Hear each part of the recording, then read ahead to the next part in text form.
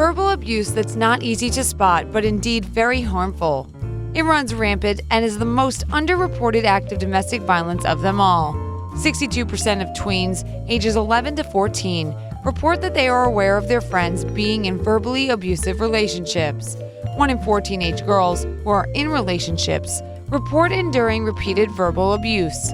Tweens and teens do not just automatically subject themselves to such relationships. It's learned behavior that stays for a long time. Verbal abuse is more than feeling uneasy. It dampens our spirits. After entering into adulthood, this behavior continues.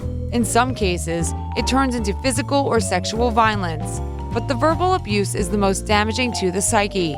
Repeatedly exposing ourselves to verbal abuse can lead to loss of enthusiasm and suicidal thoughts. People may also be trapped in the what-if thoughts and feel uneasy or paranoid for no reason. There are listed 5 warning signs of verbal abuse. If you are newly dating someone, take note of these tactics. 1. Withholding. They don't tell you everything and avoid sharing thoughts or feelings. Discussions become based only on facts with no real in-depth sharing. 2. It's just a joke. They are hiding the abuse behind the caveat, it's just a joke. People would often spend plenty of time trying to shame me for something in front of other people, and if you dared get upset, they would say, "It's just a joke, you're being too sensitive." 3. Blocking and diverting.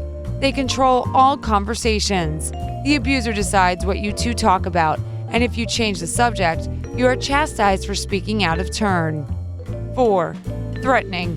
This can be as simple as, "If you don't do this, I will leave you." 5. Name-calling.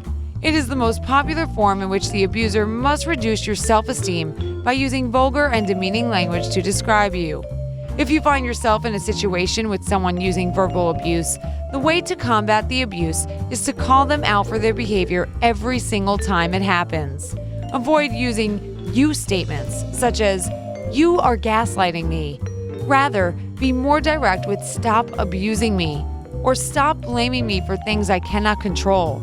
They will either learn from their behavior and stop, or they will move on to another person to try and abuse. Your other option is to set boundaries and not to pursue relationships with folks who do abuse you. This can be very difficult if this is a close familial relationship. Ultimately, you should not feel obligated to endure abuse for anyone at any time. When you set the boundary to only allow healthy relationships, you are empowering yourself to expect better treatment. It's important to note that verbal abuse is an act of domestic violence. It is not easy to spot, but indeed very harmful.